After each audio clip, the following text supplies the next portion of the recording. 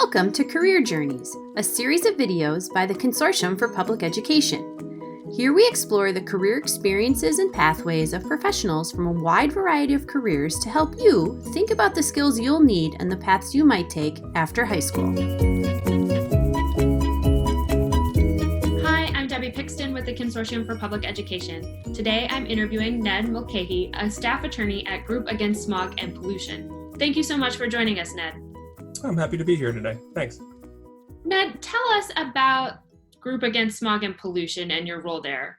The Group Against Smog and Pollution is a community organization that was started over 50 years ago with the goal of improving air quality in southwestern Pennsylvania. I guess a lot of the kids here will have grown up in a time when air quality was acceptable. 50 years ago, it was downright deadly. So the group started 50 years ago, mostly through community activism, through legal actions to try to clean up the region's air. It was an entirely living room organization back then. It's now several full-time employees, 2 staff attorneys, of which I'm one. We review a lot of permits for facilities that are emitting pollution. We need to keep up on current laws and regulations that concern air quality. We follow changes to those laws and new laws. We review a lot of data about the facilities, data about ambient air quality, the air we all breathe. I write a lot. I write official legal commentary, sometimes for court filings, sometimes for the process by which government agencies develop new rules. And I work with our communications director a lot to take everything I just explained and make it formatted, palatable for social media, for outreach, for keeping the community informed about issues and letting them know what we're up to and how they can help. So Ned, what made you decide to become an attorney? Can you tell us a little bit about your career path from high school? High school did not go well for me. I don't want to get into too much detail, but I ended up changing high schools. My grades were okay, but my behavior record was not. Seemed worth mentioning to those out there that it can get better. That's all I'll say on that. I went to college, have a bachelor's degree in political science, but I also had a minor in chemistry, so I always had kind of a fascination with science. So coming out of law school, I also finished a master's degree in public health and started working mostly in environmental fields. So I worked for a group that did a lot of clean water work and landed at GASP. What are some skills that make you particularly good at your job? Absolutely out of the gate, attention to detail, reading and writing. I mean, you have to be able to read a lot, write about what you've read, process what you've read, and then paying close attention to what you're reading. They're very important parts of the law that hinge on whether it says a person shall do something or may do something. To a lot of people, those maybe are interchangeable, but one's permissive and one's required, and the whole swaths of what we do can depend on, well, may a company do that or shall a company do that? So having that attention to detail, language skills, those are all very important. Wanting to understand things, there's a lot to understand. There's so many different angles to so many different ways the law can be interconnected. Patience is a skill I've learned. That is something that did not come innately. That's something I've worked on. But it's a slow process, it's a methodical process. You don't get change overnight. So managing your time, managing your expectations, those are maybe a few that are relevant in my career choice. So Ned, talk to us a little bit about how connections between environmental and social issues kind of play into your work, right? Clearly you're talking about air quality, but how does that interplay with the social issues? So environmental laws are health laws, period, especially with air quality. Original air quality laws, pre-Clean Air Act, were actually run by the Surgeon General, the U.S. Public Health Service. I mean, it was a given that they knew, and this is like 40s, 50s, maybe early 60s, they knew pollution impacted health. The social side of it is that ultimately we're trying to help people improve their health. And in particular, the public hasn't borne the burden of that equally. There have been a lot of communities that have taken it on the chin more often than others.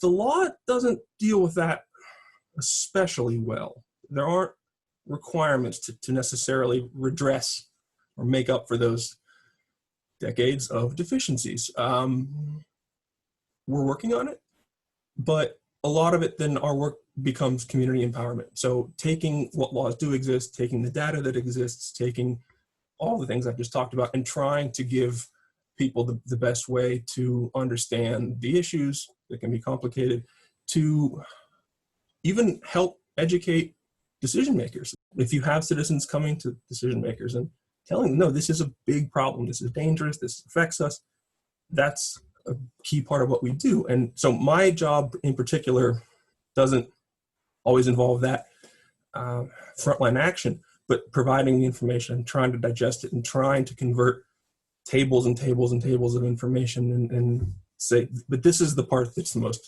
this is the dangerous part. This is what you need to be concerned about.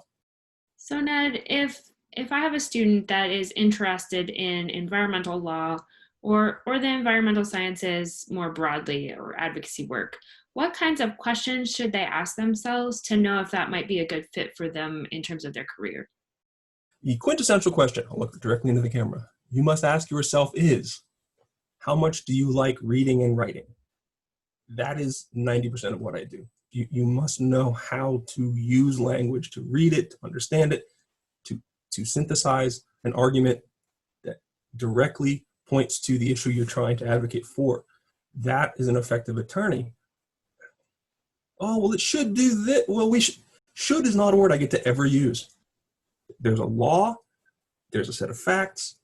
I need to put that in a way that directs a government or an agency or a company to, you're not doing this, you're required to.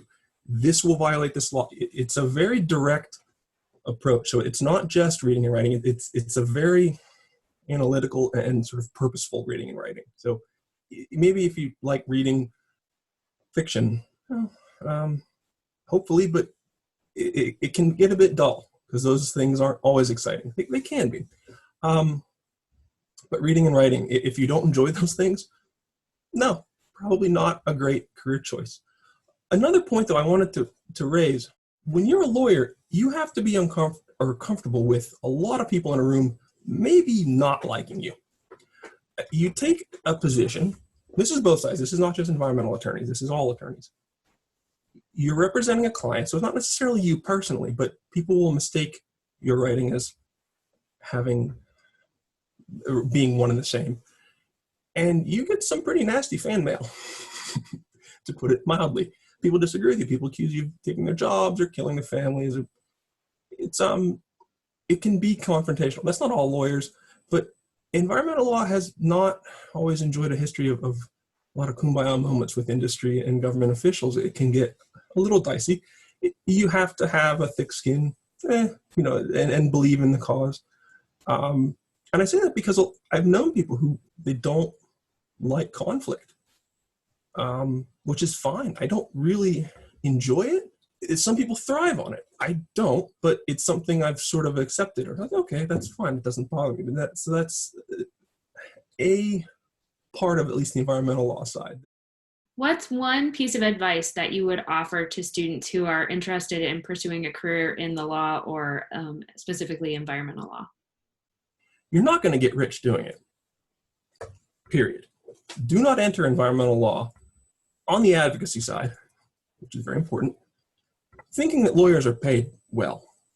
I have a lot of debt. I don't make a big income. That's okay with me.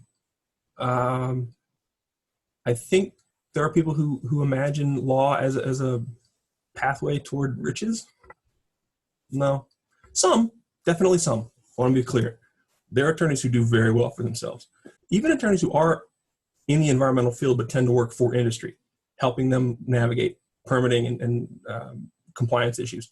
When you work on the private side, those are professional attorneys who do very well for themselves. But I think there occasionally is a misconception that attorneys are that's a big income career, and it's something that I would say you should pursue because you care about the law. That's very big right now. More people should care about the law. You do it because you care about the environment, but any ideas of wealth and popularity, maybe not. Don't make those your focus, is all I'll say. Ned, thank you so much for sharing your thoughts and experiences with us today. Sure, I'm glad to do it. Hope it helps. For more information or to learn about other careers in the Career Journey series, visit our website and check back soon for our next installment. Thanks!